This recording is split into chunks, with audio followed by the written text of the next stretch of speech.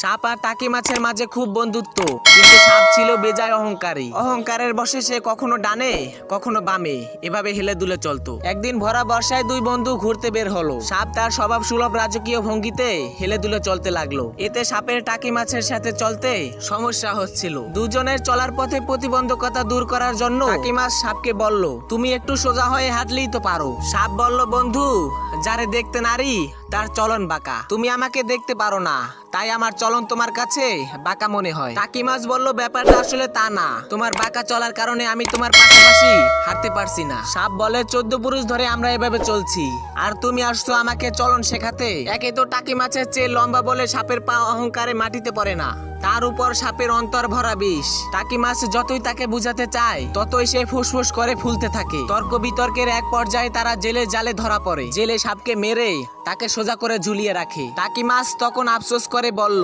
বন্ধু, সেই তো সোজা হইলি, তাও মরার পর। অহংকার আর অন্তর ভরা বিষ নিয়ে যারা মানুষকে বাঁকা পথে পরিচালনা করেন তারা আশা করি এবার একটু সোজা পথে চলবে। মরণের পর সোজা হলেও কিন্তু কোনো লাভ হবে না। আজরাইল আলাইহিস সালাম কিন্তু কোনো ঘুষ নেয় না।